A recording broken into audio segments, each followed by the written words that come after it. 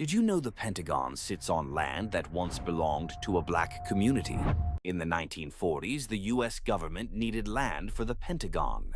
So they erased an entire black neighborhood called East Arlington, Virginia.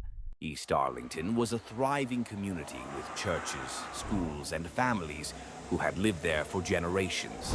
Many residents were descendants of freedmen. It was a place of history and culture.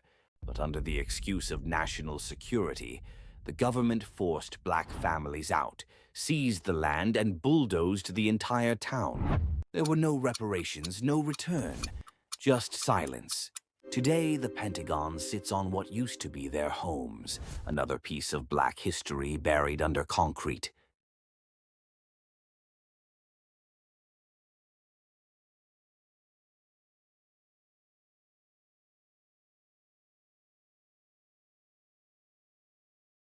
Imagine a thriving black community so vibrant it felt like a dream, until it was erased. Its name? Queen City, a jewel in Arlington's crown in 1941. Born less than a century after slavery, this neighborhood of 900 souls pulsed with life. Barbershops buzzing, stores bustling, a proud church standing tall. In the shadow of Jim Crow, it boasted Arlington's first all-black fire station, a beacon of hope and hustle where families chased the American dream against all odds. Queen City wasn't just a place, it was a testament to resilience, a prosperous haven carved from struggle. Picture kids playing in the streets, folks sipping coffee on porches. Then, in 1942, it vanished. The government swung eminent domain like a wrecking ball, bulldozing homes for the Pentagon's roads. Imagine waking to the roar of machines, your world flattened for a highway. By year's end, Queen City was gone. No trace left where Columbia Pike now hums, just asphalt over a thriving past. This community shaped Arlington's soul, yet its stories buried under concrete. Picture today without their fight, would it shine as bright? So why isn't Queen City a name we all know? Its spirit lingers, a whisper of what was. Drop a comment if you think this history deserves more light. And follow for more untold black stories.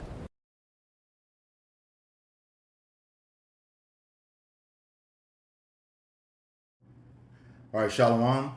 We are the Hebrew Israelites from the Indianapolis branch of the Great Millstone. Here to give all praises, glory, and honor to Yahweh, Ba'ashem, Yahushai, Ba'ashem, Rakakwadash. Double homage to our apostles and those of Great Millstone who rule well in teaching us this 100% truth. Salutations to them and our fellow Akim who labor in this truth week in and week out on the highways and byways. Also, salutations to the hopeful elect of the scattered 12 tribes of Israel, scattered to the four corners of the earth that be likened to the speckled bird, also known as your Israelite foreigners, and your so-called Negroes, Latinos, and Native Americans. To you, we say Shalom. Shalom. All right. Before we get into it, just want to declare fair use, according to the Copyright Act of 1976, as stipulated under Section 107. There is no monetary gain from this video. It's strictly for the purpose of teaching and educating. All right. We have, this is our camps installment of For Thy Violence Against Thy Brother Jacob. And what we're dealing with today is the Queen City, as it was called, in summary, where the Pentagon of the United States, as with all other government factions during the history of this series we've been doing, have taken upon themselves to destroy Jake neighborhoods and build what they wanted to build by claiming eminent domain, and just, moving Jake out, not giving them payment. Proper payment for the land that they took from them, and did what they want to do with it. So, all right. And this article from today is from the City Cast DC. All right, it goes into interesting history of Washington DC that a lot of people didn't know about, and we will put a link to this article in the description box of the video. All right, so we'll start out. It says City Cast DC. Real quick, go ahead. Scripture. Oh, yeah. The opening scriptures, so it's Obadiah 1 and 10. That's the focus for thy violence against thy brother Jacob. Yes, we don't want to forget that. Yep. All right. That's Obadiah verse 10. It says, "For thy violence against thy brother Jacob, shame shall cover thee." Oh, so you said Hosea verse 10. Okay, yeah. That's only one chapter. God, Don't worry about it. shame shall cover thee, and thou shalt be cut off forever. God, this is talking about the violence of Esau, Edom. The so-called white man against Jacob, the 12 tribes of Israel, who are primarily the so-called Negroes, Latinos, and Native Americans. Okay, and his violence has been perpetual, since the beginning. Going all the way back to Cain, if you really want to talk about it. But that's another lesson within itself. All right, and it's saying that his shame is going to cover him. Yeah, right now in these times, all of his terrible history is being discovered and revealed. Now you got the Northern Kingdom. Come fast forward to today, they're starting to figure out who their real enemy is. We've been telling them. Some of the Northern Kingdom is part of the elect, the ones of the prophets out here on the highways and byways, week in and week out, know this. But the majority of the Northern Kingdom and Southern Kingdom don't know this. In particular, 2/3 of our people don't understand what the hell is going on. All right, it says his shame is going to cover him, and that's the shame of Esau, Edom. And he hates it. That he can't get away from it. But no, this is what's supposed to happen. You're gonna have everything declared unto you, as the scriptures say in Deuteronomy 33:29. You're gonna be found to be liars. Okay, Esau, Edom, going all the way up to Amalek and down to the rest of Edom. All right, and then it says you're gonna be cut off forever. So yeah, once we take over, being those immortal, incorruptible bodies, you going into slavery twice as long and twice as hard as we did, but in righteousness. Okay, and after that time period is up, you will be done away with forever. Just like you have intentions on exterminating Jake, the Bible says you will be exterminated. All right. Precept. This is just to back up with that statement you just made. This is Sirach chapter 10 and verse 8. It says, because of unrighteous dealings, injuries, and riches got by deceit, the kingdom is translated from one people to another. Come. And yeah, you can go ahead and break it down, bro. Yep. Hey, and sorry. Charging my phone. Okay. Esau is ultimately gonna lose all of his gain, that he has on this side, because what does the scripture say in the book of St. John chapter 10 and verse 10? It says the thief cometh not but for to kill, steal, and destroy. God. All right, and that's how he's been able to acquire these riches and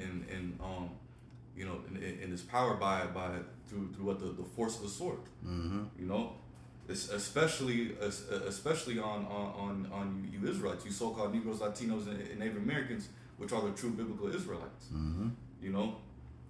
I'm gonna read it from the top again. It says because of unrighteous dealings, injuries, and riches got by deceit, the kingdom is translated from one people to another. All right, and that's the times that we're in right now, a transitioning of power. Like the Lord is going to remove the power seat from Esau, Edom.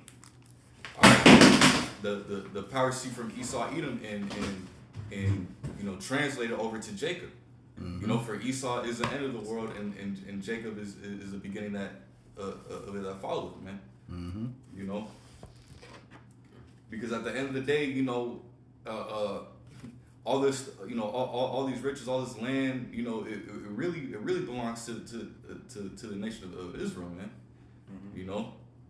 It's just the Lord just set up Esau to rule for a certain period of time, so that he can receive his judgment at the end of the day. Mm-hmm. Mm-hmm. Yep, that's right, brother. Exactly right, man. So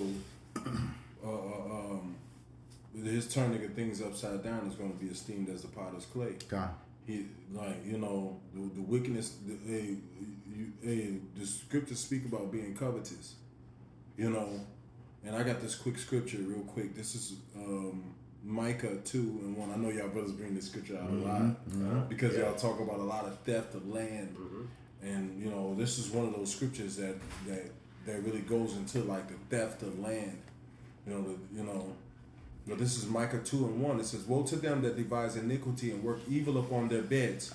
When the morning is light, they practice it, because it is in the power of their hands." The court, all this court shit, It's called a practice. Whether you're a judge or you're a lawyer, you're practicing. You know. It says, and they covet fields and take them by violence, and houses and take them away. So they oppress a man and his house, even a man and his heritage. Because if those houses were owned by those men, they would, when the people that own the house, when they died, they would leave their houses to their families. So in this incident of theft, not only did they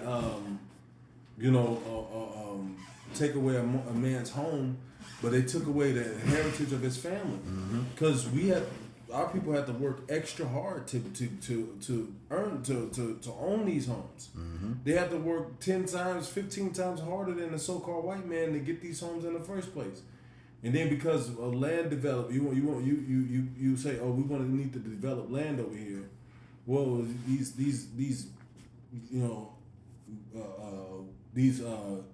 N-words, these niggas live here, So you know what? They're not important. We could just take them. They don't have no ownership. They give you ownership, but then they go to the law and tell you don't really own shit. It says, and they cover fields and take them by violence, and houses and take them away. So they oppress a man in his house and even a man in his heritage. So not only do you take the man's house and leave him destitute in the streets, but he has, that was a part of his heritage. He don't have nothing to pass on to his children. A lot of this land and properties that the white man owned today were passed down from their families. Gone. They got wealth because they have a heritage. We don't have a heritage. Because every time we own something or we started to take off and do well for ourselves, then you would come in and fuck us up for it. You would come in and take our shit. You come in and burn our shit down. Bomb our shit. So this, I had a precept for you. This just going on what you were just saying, about how they just come in because to them, we mean nothing. This is the Wisdom of Solomon, chapter 2, verse 11, and it reads, "Let our strength be the law of justice, for that which is feeble is found to be nothing worth." And who are they calling feeble? Jake. Okay? We don't mean anything. It says, let their strength be the law of justice. It happens in their laws, the actual laws that they create, and their military that they use to enforce those laws. Okay? Just come in and claim eminent domain and take the land from you and give you nothing for it. And we'll kill you in the process. We did this time last year about those so-called black communities that were flooded over. You got some people in buildings still down there, underwater. But that's just what Esau did. All right. Precept. God, this is Proverbs chapter 23, beginning of verse 10. It says, "Remove not the old landmark and enter not into the fields of the fatherless." You see, so ultimately we understand Esau, even the so-called white man, he is completely opposed to Yahweh Bashmi Yahushua. You see, so anything the scriptures tell us not to do, guess what? Esau, even the so-called white man, just goes ahead and does it anyway, because he's a natural opposition against Yahweh Bashmi Yahushua. You see, so him going into Queen City and pushing Jake out and then taking that land for himself, guess what? He's guilty of removing a landmark. You see? Verse 11, "For their Redeemer is mighty, he shall plead their cause with thee." You see, who's our Redeemer? Yahweh Bashmi Yahushua. You see? So all the cities you push Jake out of, and ultimately, you taking over our land and wickedness, ultimately, there's a judgment that comes with that. You see, and the Lord, he's going to repay you according to your wickedness. That's it. All right. Into the article, it says Queen City, a historically black neighborhood in Arlington, was wiped off the map in 1942 to make way for the rushed construction of the Pentagon. It was located where a current-day cloverleaf joins Columbia Pike and Washington Boulevard. Okay, and let's look at that right quick. The name of that place means Queen City. Okay, we know the Lord does not deal with queens. you go through the scriptures, is kings, princes, and priests. That's what he deals with. Okay, there are no queens in Israel. The scriptures tell us that. All right, and then when you look at that word queen in itself, when you go into the etymology of it, it's also queen, but it's Quean, which means prostitute. Okay, and that's just what Israel did back in the day, were prostituting themselves amongst other gods and idols. Okay, so that within itself is a problem naming that place after that. And we know that was one of the things in our history, that Queen of Heaven worship that got us in trouble. Okay, so just wanted to make that note on that word queen. All right, this goes back into the article. It says, at a community meeting last week, Arlington leaders expressed regret for how Queen City residents were treated and said the local leaders at the time failed them by not advocating for them. They were not going to. And they said last week, this article was posted on May 21st of this year, 2025, and this happened in 1942. Okay, ridiculous. And it says, the leaders at that time. Well, we know who was primarily in leadership at that time. You didn't have a whole lot of so-called Jake senators and Congress people. Okay, they were not going. Esau is not going to advocate for the positive growth or the flourishing of Jake. They never have, and they never will. Okay, we know that. They have always, as the scriptures say, wanted to cast down our excellency. All right. It says the community's first inhabitants were descendants of Freedmen's Village, a settlement for freed slaves in the now Arlington Cemetery, who were forced to move out in the 1890s.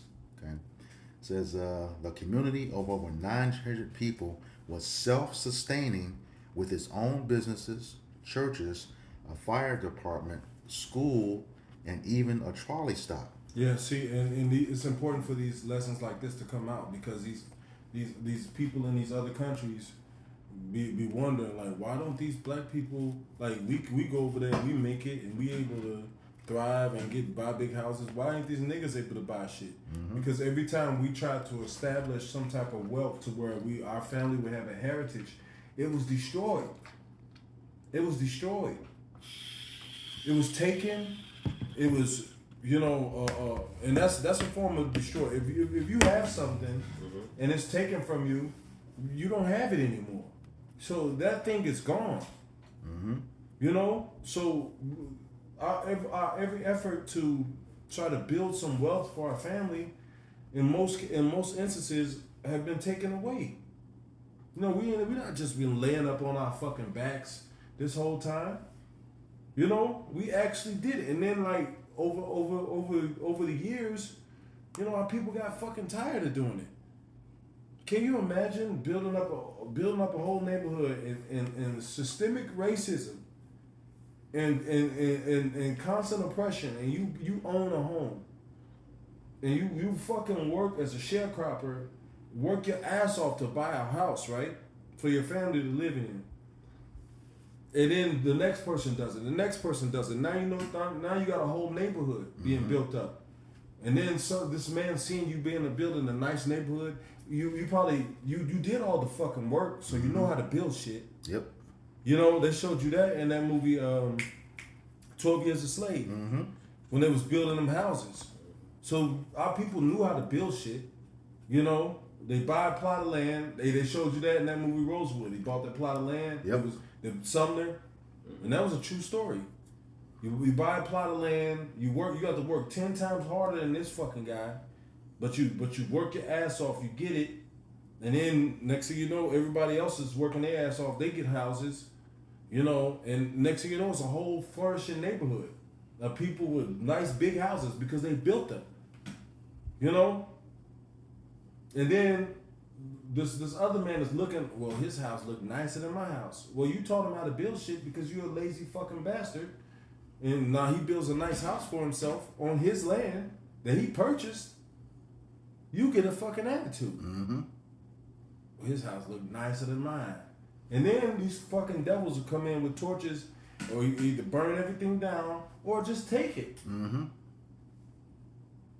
So there's some fucking white bitch or some kid, some cracker kid will say, "Oh, this black guy, he winked at me," or this black guy he tried to touch me, and then for the blame of one incident that could be fraudulent, like Rosewood, a fraudulent incident caused the whole fucking neighborhood to be burned down.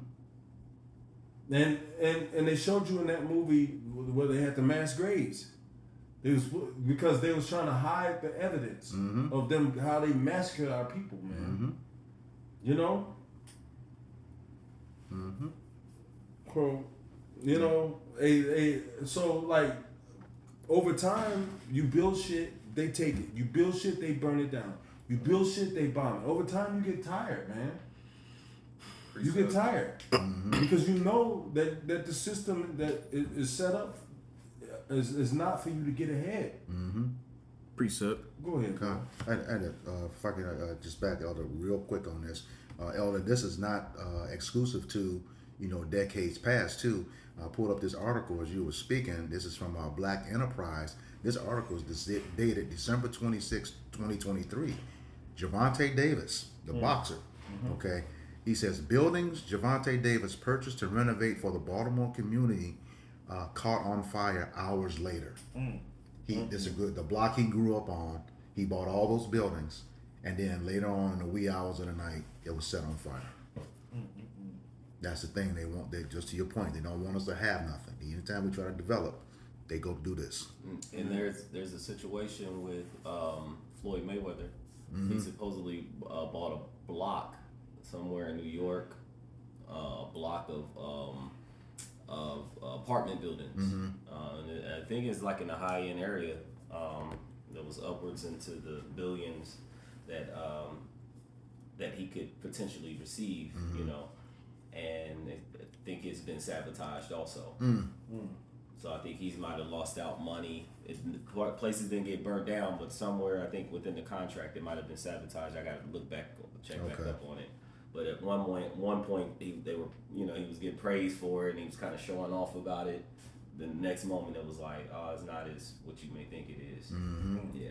Just like they did those people in Florida with that, not Florida, but Flint, Michigan, with that water. The guy built the system to take air and turn it to clean water. And they come and destroyed it, and he said this was a professional job.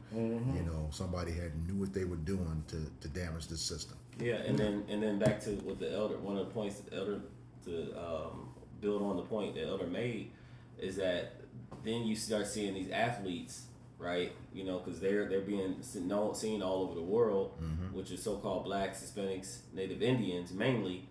But yet you find that they hardly, another question is, why don't they ever go back to the neighborhoods and help those in the neighborhood? Not only is 2/3 of our people are doing things against them, but they're being taught and told not to go back. They're being educated in ways to, not go back into their community and to build and help out there. Yeah, it's in some of their contracts too. Old boy for the Boston Celtics said what he was going to do, build black wealth. Top performer in the league, wasn't on the Olympic team, wasn't on the All-Star team. What's his name? Brown, that's his name for the Boston Celtics. That's what happened to him. Okay. That's what happened to him. That makes sense. Okay.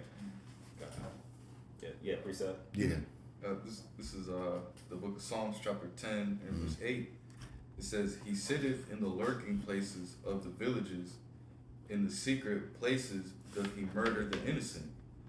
His eyes are privily set against the poor." Yeah. All right, that, and that's what you see right here in the system, man. All right, Esau pretty much set it up to where he can prey on the poor, which is Israel. To the point to where to where he can steal from us. Okay, kill us. He has Jake set up all in the hoods and in the worst areas here in Babylon, man. Right, they don't fix the roads. The infrastructure is all messed up, man. all right, and Esau, has it set up to where, areas like that is a place where he can prey upon Jake, to the point to where Jake can't acquire certain property, Jake can't can't get a certain type of education, it's all purposely done, so that Esau can continue to be that that predator over our people, man. Just to make a point, and think about how knowledge, the scriptures have said, the knowledge has increased upon the earth. And how has it increased? Through its technology. Back then, they didn't have certain surveillances. So those communities were being built, and then maybe some so-called white man, Edomite, or so go across the tracks, and it's like, oh, do you see what they built? What they got over there? And then they of course they start to plot and set their schemes. Now you have social media.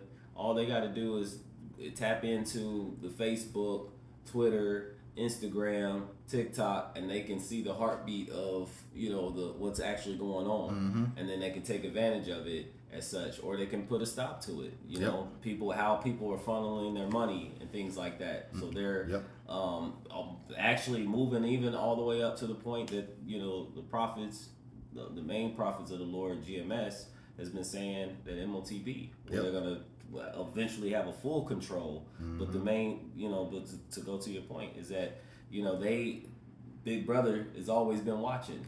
How they've come up and they're on a rise. They know at some point that these so-called blacks, Hispanics, and Native Indians were going to rise up, starting with the elect. So they have to figure out a way to coil and seize, every moment, from whether the economics. Then one biggest thing, we talk about the hip hop. They infiltrate hip hop. You had these segregated civil rights movements infiltrated, things like that. But this one thing that they can't get a hand on and a grip on is what we're doing for Yahweh Shem Shai. God. So that's it. Yeah. I wanted to make a point too. They changed warfare tactics as well. Okay, Jake is all together. Jake is the togetherness that our people had is what drove them to build these communities. And they start pitting Jake one against this one guy against each other. Oh, let's see. Some Jakes they chose the weaker Jake to put him in a higher position and get money, and then all the other Jakes that were strong subscribed to be weak so they can be like this Jake. Oh, this guy's weak, and if I do what he do, maybe I can make it like he making it. So they made so they start putting these weak-minded dudes in positions of power or positions to get money, and Jake started seeing it, so they start subscribing to that kind of mindset. Oh, this is how you got to be to get money. Let me put on the act too.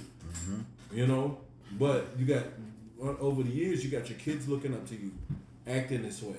So your kids are subscribing to it subconsciously, subscribing to that weak-minded mentality that men were had to be subjected to make it in society. So over time, not only did it degrade to the togetherness of our people, because everybody started coveting then. Everybody, he think he the shit because he doing good, and then the strong man was the strong-minded man was against the weak-minded man. The weak-minded man was the one that was making it. The strong man's kids would subscribe to these weaker men because they see they making money, and they see, it was just a whole fucked up debacle, man. Not only the season of land, but mindset. God. And the togetherness of our people was something that they psychologically what's the word? Sabotage. They psychologically sabotage the minds of our people. God. Quick precept, just back it up. It's the book of Proverbs, chapter 12, verse 26.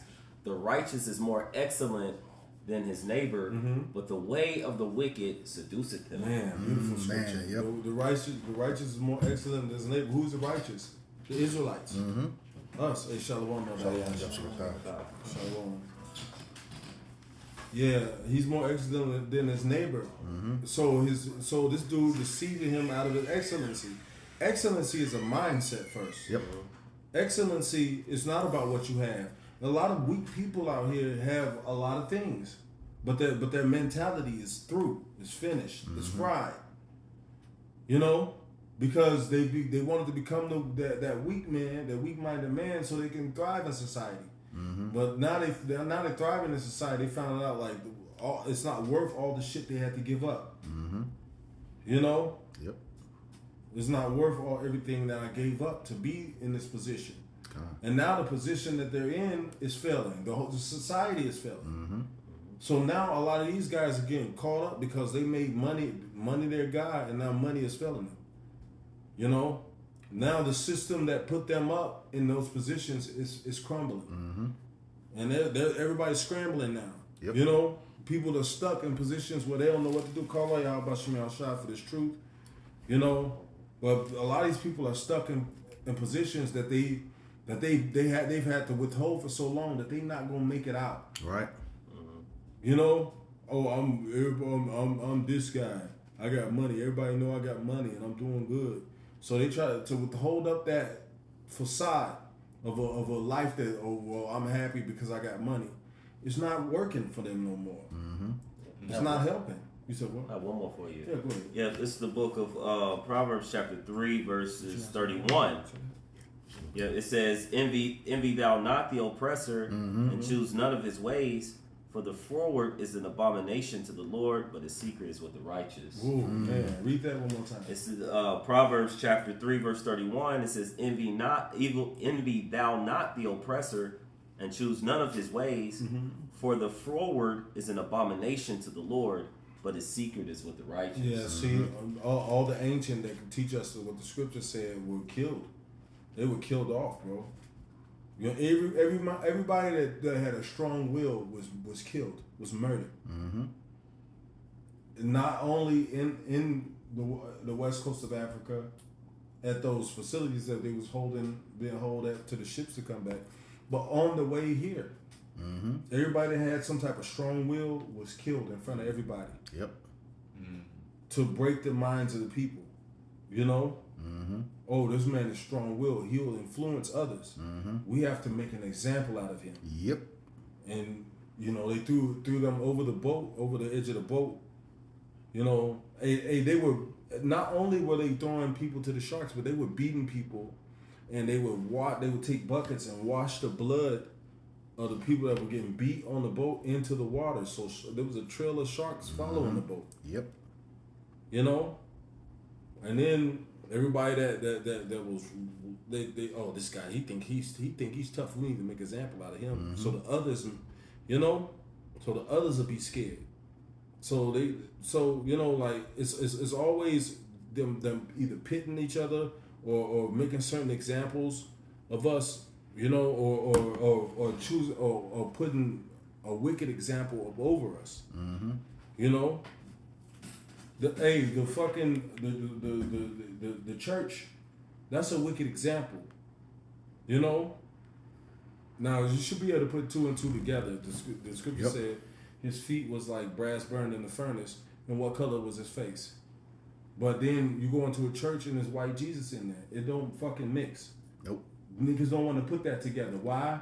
Because they transgress the Lord. They transgress the Lord according to what? Why do you? Because of their traditions. Church is a tradition. Oh, my grandma went to church. My grandfather went to church. My daddy went to church. I'm going to church. So you transgress the laws of God according to you're blinded by this deception because of your traditions. You know, and your traditions are wicked, man. Yep. You know, but we can go back to I had a couple things too, just to back both of you and your Ramya up. When you said that they hate to see us together, that togetherness.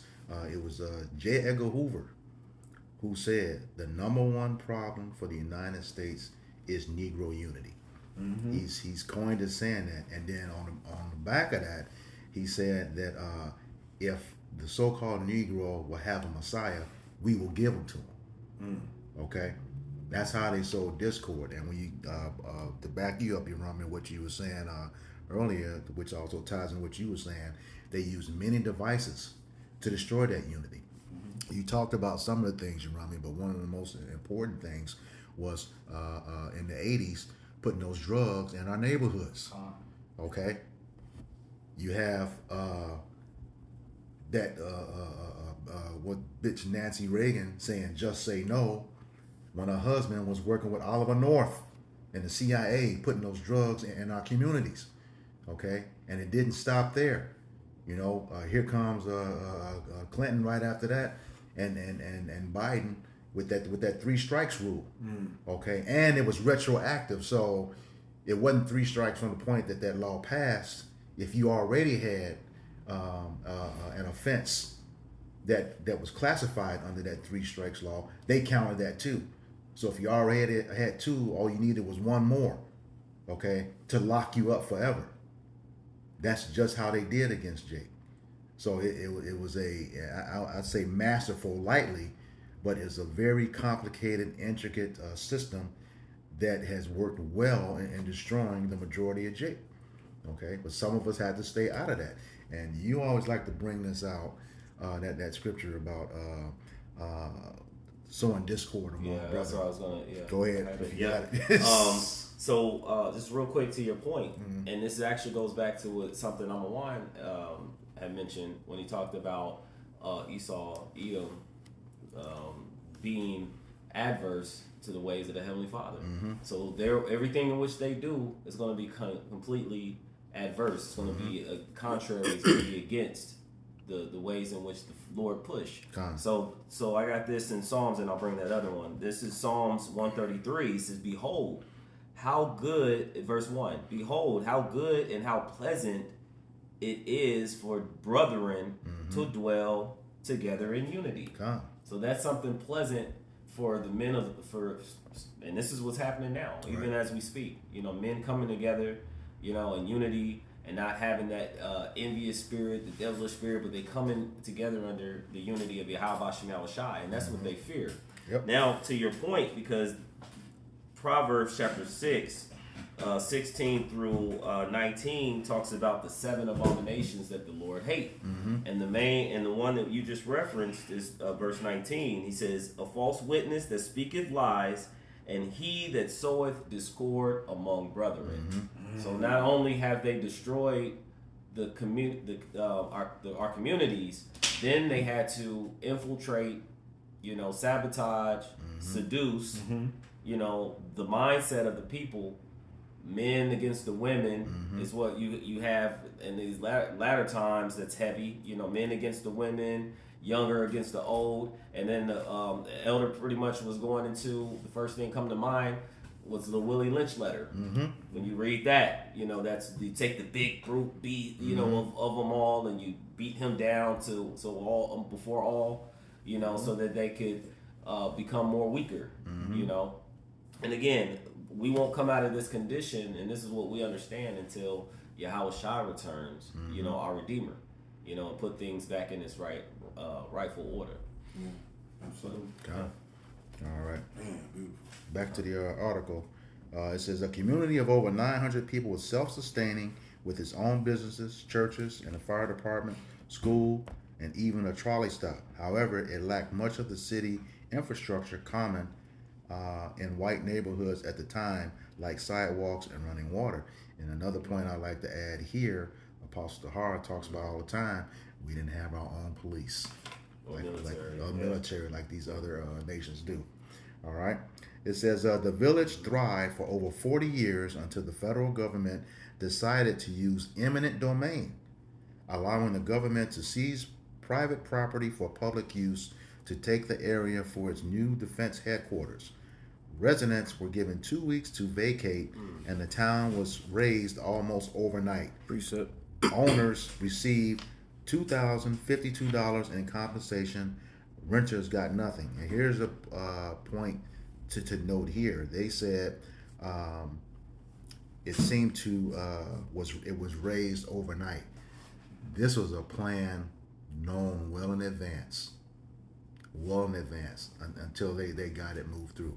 Because I will tell you this: in order to construct a building, that's at least a 5-year process, especially something of this magnitude, where you have to look at how to get utilities there, okay, how it's going to lay down, what the composition of the land is. You know, you got to do all that stuff.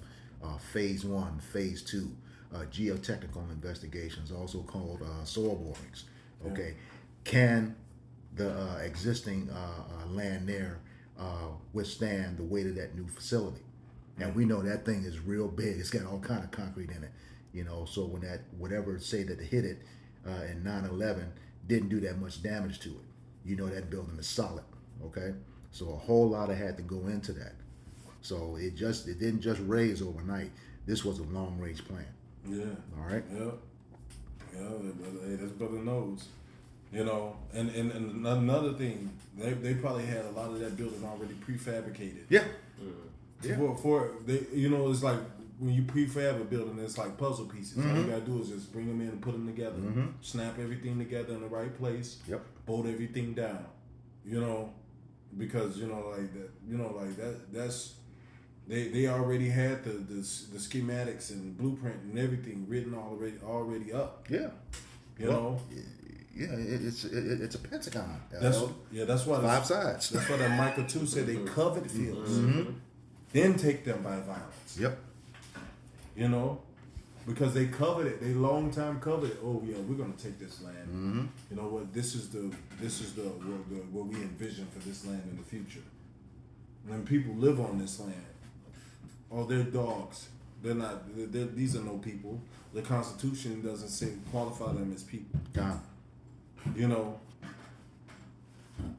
So who cares about them? Yep. You know, who cares about the hard work, sweat, and tears that went into them building their neighborhoods? We're gonna take it. You know, that's what happened. And we talked about those patterns. We talked about those patterns, and those patterns, as far as the natives in Oklahoma, I think also in Georgia. Yep. When they actually had gave them a certain plot of land in Oklahoma, I forget the name of the city. I was looking it up, but we did a violence against our brother Jacob over it.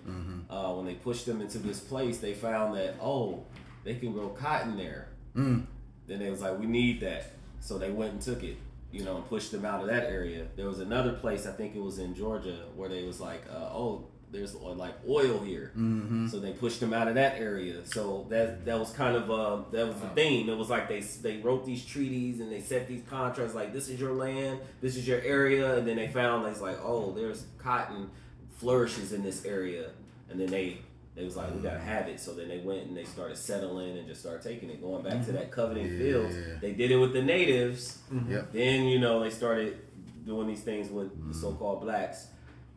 Not to jump off too far off topic, we always bring it up, these deportations of the natives and how it's been the natives, when we say the natives, but the Latinos. The Latinos, right? So-called. Yeah. But that's going to transition over to so-called blacks. That's that's been part of the pattern that we've noticed with these violence against our brother Jacob.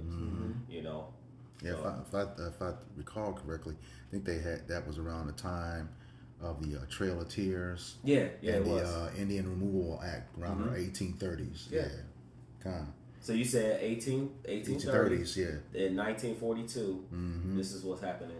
Yep. To so-called blacks. So it never stopped. Same playbook. Right. Same playbook. All right. Back into the article.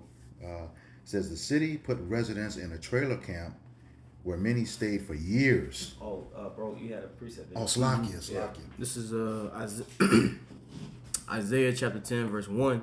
It says, "Woe unto them that decree unrighteous decrees, Con. and that write grievousness which they have prescribed." Mm-hmm. Prescribed pretty much meaning what to write before. Before scribe meaning to write. Mm-hmm. And dealing with the eminent domain, which allows the government to seize private property for public use. Hey, really, man, that's fucking wicked. Yep. You see, because here it is, these people, they've established themselves on said land, right? But because the government sees them thriving and, in their heads, they see that they can do X, Y, and Z with their land. In their minds, they're justified in taking it. Verse 2, to turn aside the needy from judgment and to take away the right from the poor of my people, that widows may be their prey and that they may rob the fatherless. And see, right, what we're reading about right here is nothing but a case of robbery. All right, the scriptures going to how Yahweh he himself said what? That the thief cometh not but for to steal, to kill, and to destroy. You see? And that's all Esau, Edom, so-called white man has committed towards the children of Israel. Yep. That's something back you up. And what other, Oh, can you read that part again? Side by side. Did What's you have that? like an NET or NLT? Yeah. NLT? You want me to read NLT? Yeah, Baba Kushai. Just Okay. we want to read the NLT. I know brothers got scriptures. But Okay. This is Isaiah chapter 10, verse 1 in the NLT. It says, "What sorrow awaits the unjust judges and those who issue unfair laws." issue unfair laws, eminent domain. Go ahead. It says, "They deprive the poor of justice and deny the rights of the needy among my people." Yeah, they'll make a law and then they'll break the law that they made, and then they'll have a clause in the law. Well, this doesn't apply to you because you're 3/5 of a human being. You're not even a whole human being. So none of these laws apply to you. And then but then they'll arrest you by the same law that they say doesn't apply to you. They'll throw you in jail. Because the oppression of the law applies to you.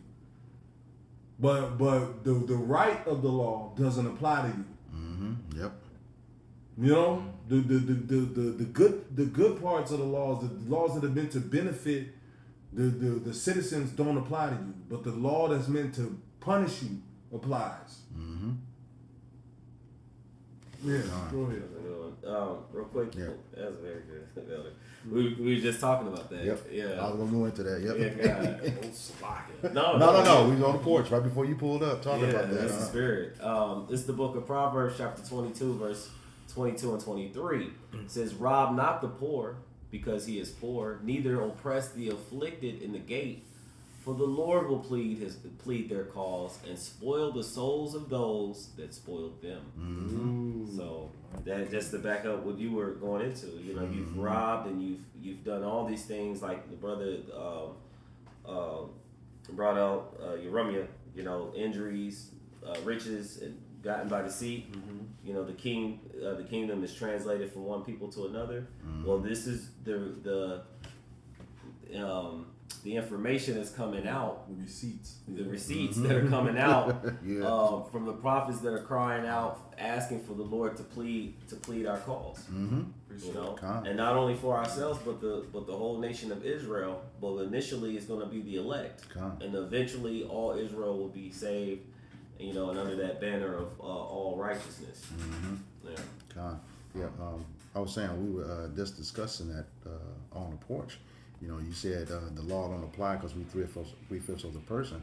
We were going into the preamble, of the Constitution on the porch, and the next to the last sentence says, "To ourselves and our posterity." When you go into that word posterity, it deals with the progenitor of a nation to all future generations of said progenitor. Okay, that document was signed September 1787. Where was Jake at that time? We were slaves. So it doesn't apply to us. And then they come back and try to say, the 14th Amendment. Well, we know that the national oath of police officers is to the Constitution and the first 10 amendments, which is called the Bill of Rights. Okay? So anything past that 10th Amendment, they don't have to observe, which they don't. Okay? That 14th Amendment is really taxation without representation. We pay you for so-called services, but we don't never get them. So-called services and so-called benefits, but you take our money for them. All right? And what you were saying too I'm on about that second part of Isaiah. Was it 10 and 2? Mm-hmm. Can you read that again? It says, Isaiah 10 and 2, to turn aside the needy from judgment and to take away the right from the poor of my people, that widows may be their prey and that they may rob the fatherless. Yeah, the widows may be their prey and that they may rob the fatherless. What's that telling you? The man is not in the home, either forced out or they destroy the man. Okay. They call that out of the house rule. Yeah, out of the house rule. Another thing that was set up. Yep. To get Jake out of the house. Yep. Yeah, The Jake man. We Jake gotta man. finish that article too. Yeah. We on the last two paragraphs. Bro. Yep. Bro, It's a like, lot. I'm looking at it. I'm like, man, this shit is fucked up. No, these last couple of paragraphs gonna really get into how wicked this fucking devil, man. And then people get mad at us for hating these fucking devils, man. Yep. Yeah. This is fucking how wicked this man is. This is the shit he's done, and we don't have to forgive him. No. We don't fucking have to forgive him, because what has he done to justify the wickedness that he's done to our people? Not a goddamn thing. And you niggas want to be nice and fucking coddle this goddamn devil, man. Yeah. When you should be, man, like, bro, like, I'm telling you, man, like, he got a lot of you niggas are his pets. Yeah. Pappy's little monkeys. You want every time we get on this fucking devil, niggas want to come to his rescue. Mm-hmm. But you see the wickedness that he's done. Yep. You see the evil that he's fucking done to us. It's not fucking okay. You know? He gotta fucking pay for that. Yep. You know? The Lord ain't with that. The Lord is a judge, and what judge lets shit go? Like the amount of wickedness he's done. He's supposed to get let go, and the Lord is a judge? No, he's gonna get fucking judged. Right. When we lynched on trees, when we judged, according to Deuteronomy 28 chapter. Yep. So he gotta get fucking judged. Yep. You know? Let's go, bro. That shit, man, that shit just made me mad, bro. Yep. Yeah, quick one. Yeah. Producer. Y'all can get back into the article Okay. that's come out later. Yeah, but and just to your point, right quick, Elder, we don't have to forgive him. You know, Acts 5:30 says repentance and forgiveness of sin is only for Israel, and that's what Yahweh said. Okay, that's what he came for. So we don't exceed what he does. All right. These last two paragraphs. It says the city put the residents in a trailer camp where many stayed for years. Yeah, you got a 4 and 5 bedroom house. You got plenty of space for your family. And then you get put in you get your house taken, bulldozed over, and you get put in a fucking trailer camp. Bro. Go ahead, bro. It says William Volan, one of the town's residents, told the Guardian, "We were left devastated, had no place to go. I went from one trailer camp to another trailer camp in filthy conditions." In filthy conditions. Our people are not no filthy dogs like you fucking devils. Like you heathens, man. Mm-hmm. You know? You may not be the cleanest person on the planet, but you're cleaner than them. You know? Here it is, you done worked your ass off, your life away. Busted bone and knuckle. And put your body through all kind of rigorous hell to buy a home, and then some fucking devil, some devil, man, just can come take your shit away. And then after that, we supposed to fucking smile at you fucking devils and say, it's okay, Pappy. You cool. And I'm here to tell you, you're not cool, man. You're not cool, man. Man, and that's why the Lord said all these things that you've done will come on you double. You brought it on yourself. Let's go, bro. This is last paragraph. It says, recently a new public art installation, Queen City, by artist Nikisha Durrett, was erected to pay tribute to the vanished black neighborhood.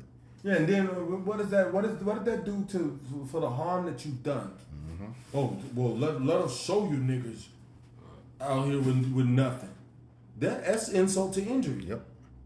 Well, we'll show like when you had shit, or what the neighborhood used to look like before we bulldozed it over, as a memorial that we can do what the fuck we want. That ain't helping nobody, bro. That's not helping. You bulldoze my shit over, and then years later, because she probably was a Jake, because people that do shit like that be looking like Edomites, but they be Jakes. Mm-hmm. Well, let's erect an art institute for these people and for what happened. She could have been a Jake, but the thing is that don't fucking help nothing. That just opens a wound that was closed years ago. Yeah, but it's she's a Jake. Yep. See, she's a Jake. Some Jake woman. Opens up an art museum, but like, the thing is, okay, that's all she can do. To say, oh look, no, this was a community, and I understand why she did it, because people come over to this country and say, why don't you niggas have nothing? Why don't you have nothing? And we don't have nothing because all of our heritages were taken away. Mm-hmm. Our families work their ass off to gain shit, and this is what happens. Mm-hmm. Eminent domain. They come in and take your shit and put you in a filthy fucking box, bro. And demoralize you to the point where you're like, why should I have to start over now? I had everything I needed. Now I got, you mean to tell me I got to work my ass off another 10, 15 years? To get another house? They didn't say, well, look, we're going to pay you the value of the home that you lost. No, they put them in a fucking box, bro.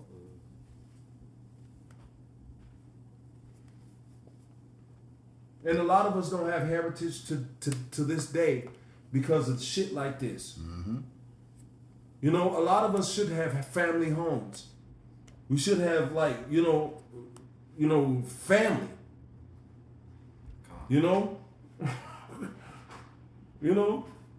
But we ain't got shit because every time we had shit, this fucking hunky, this devil comes and does shit like this. Precept. And then the people that work their ass off for a lifetime to buy this home and build it and hack the materials away and put this home together, you come and bulldoze it over and put them in a fucking trailer, bro. Mm-hmm. Can you imagine how demoralizing that is? Can you imagine how fucked up the minds of those people were when their shit was taken away? You feel like, hey, Sean, you feel like you can't win, bro. You feel like, bro, like, maybe I should just die. Mm-hmm. Maybe I should just fucking go in the grave, bro. Mm-hmm. Because, like, man, like, get over it. But to consider, to put yourself in that man's mind, he worked, he's happy to see his family running around the yard. They probably lived in a fucking shanty before they had these homes. Mm-hmm. And then they're finally able to move their family into a nice home. And then years down the line, that home gets taken. Now you gotta fucking ride past or go past where your home used to be and be mad, reminded of the anger every fucking day for the rest of your life of what these people did to you. Mm-hmm. Mm-hmm. They took this land America, and then they gave you Thanksgiving. Yeah. Man, that's so fucked up. Yeah. Bro. So the natives, think of the ones who were here first, who had this land, and then give you a false story. Mm-hmm. How it all came together. They had agreements and there was love, and somehow the Indians died off. And now you have this place being ran by Edomites, talking about make America great again, and kicking the very people out of the land. Yep. Yeah. So it's just yeah. You brought up a very good point, Elder. You got to think about this. That residence or that community lasted 40 years. 40 years. But they only had 2 weeks to move. Do you know how much stuff you can accumulate in 40 years and have to move it all out in 2 weeks? And then you have to toss a lot of your shit away because it ain't gonna fit in this little fucking box they're gonna put you in. And I'm sure you didn't have the moving services like you have today. And you know what? When they zoned that property off and told the people they couldn't go in, they probably stole all their shit. Yeah. Everything, the couches, the pianos, the kids' toys, and probably took them home to their kids. Cause they not gonna throw that. Jake like nice shit, bro. When Jake get on his shit, man, and start getting money, they don't buy cheap shit. They buy nice shit, bro. You know, cause so you imagine that, nice, four-legged couch, wooden couches with cushion, and nice furniture, fucking curio cabinets, grandfather clocks, pieces of clothes, jewelry, them bringing dolls home to their kids. Like, look what I got you. Your family shit being taken while you sitting in the box. Can you imagine how demoralizing that is? And then this fucking devil, this fucking hunky, man, you got the nerve to tell people that come in this country, niggas are lazy. Don't mess with black people. They're lazy. There's a huge difference between lazy and tired. Every time we try to build something over the years, it got burned down or bombed. Yep. So people don't care about owning shit no more because they know it can be taken away. Hey, when I was in America before I went to the war, all I cared about was money. But when I was in the war, I didn't care about a dime of money because I could have died the next day. If you got a house and your house gets taken and you worked all your life to build it, you're not going to really care about buying another house because you know it could be taken too. Right.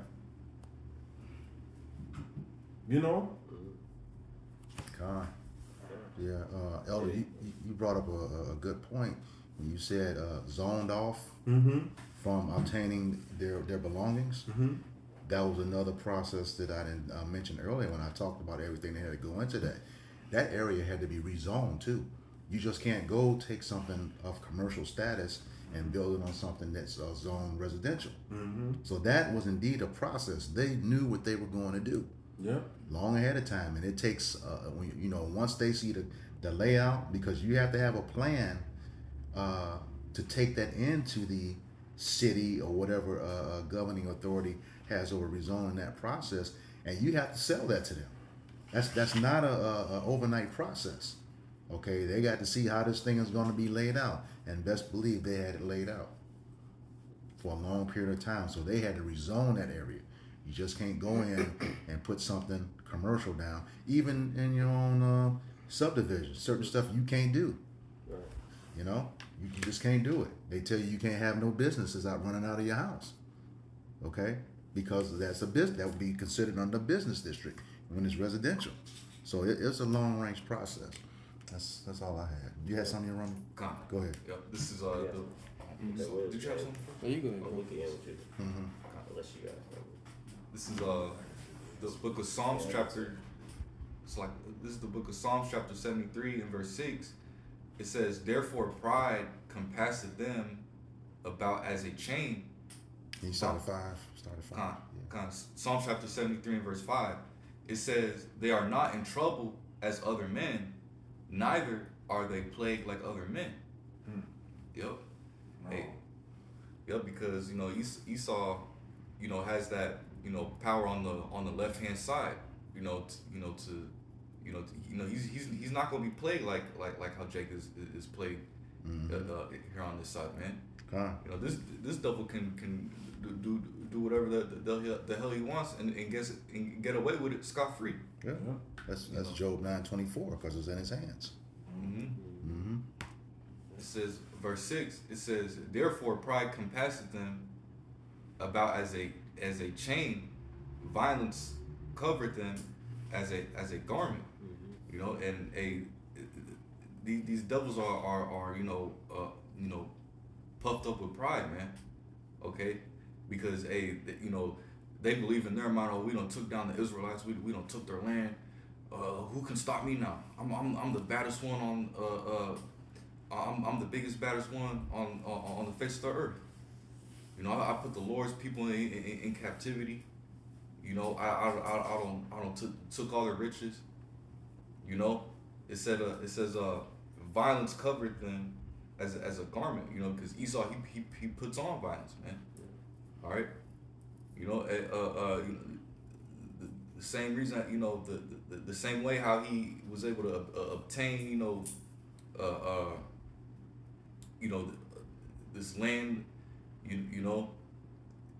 the same way he's able to go and write these wicked laws, man.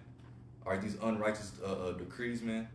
All right, it's all to inflict violence on the nation of Israel, man. All right, it's verse 7. It says, "Their eyes stand out with fatness; they have more than heart could wish." That's right, because Esau Edom he's insatiable. He'll never be satisfied, man. This is the most covetous man upon the face of the earth, man. Which is why he's always waging war. He's always trying to invade these other countries and steal their land, steal their resources. Fuel, precious minerals in the earth. He wants to heap all that unto himself, man. All right. It says, verse 8. It says, "They are corrupt and speak wickedly concerning oppression. They speak loftily." Yep. Yeah, they're puffed up in pride, man. All right. They speak loftily, man. It says what they speak wickedly concerning oppression. All right. They don't. Everything that this man does, he believes in his mind that he's doing something right. So when you speak out against him, when you call him out on his wickedness, all right, he just he pretty much speaks lawfully. He speaks pridefully, man. Okay, because he believes in his mind that he can't be taken out of his power seat. Yeah. So he's pretty much looking at all these other nations that's trying to come up against him, like what are you gonna do to me? I'm the most powerful man on the face of the earth right now. But ultimately, Yahweh Bashim Shah is gonna humble this man. Ultimately, man. All right. Yeah. Destroy his whole power structure, man. Because Yahweh Shah, tells us in Thessalonians, only he who letteth will let until he be taken out of the way. Mm-hmm. So, this was this is the whooping stick, the sword of the Lord, the Heavenly Father. Yahweh Shai has used him to be the whooping stick and put us in, our punishment, our captivity. But he has a bounds that he cannot pass, and we're coming to the end of that time, and we're getting closer and closer to where the tides will change. The seasons, everything. Yahweh Shai is gonna put things back in his righteous order, and he's gonna get his complete punishment, for all the things in which he's done unto his people. Like I said, whether it be to one man or to a nation, they're gonna all receive their judgment. Did you have more? Yeah, I'm gonna got something real quick. That was it on that. Okay, Kai. Man, Bring beautiful that. points, brothers. Yes, by sir. the way. Yeah. This is Deuteronomy chapter 28, beginning in verse 43. It says, "A stranger that is within thee shall get up above thee very high, and thou shalt come down very low." So also we understand that the Heavenly Father Yahweh has raised up the horn of our adversary, main adversary being Esau, Edom, the so-called white man, ultimately due to our disobedience. You see, verse 44, it says, "He shall lend to thee, and thou shalt not lend to him. He shall be the head, and thou shalt be the tail." And that's why when we read stories like this, like in today's lesson, Queen City, and what happened in the 1920s back in Harlem. All right, Jake was thriving, but ultimately it never lasted long because at the end of the day, it goes back to the curses. You see, all these things that have come upon us is due to our disobedience, all right, against Yahweh Bashim Yahushua. You see, so that's why under captivity, all right, Jake is never really able to completely thrive.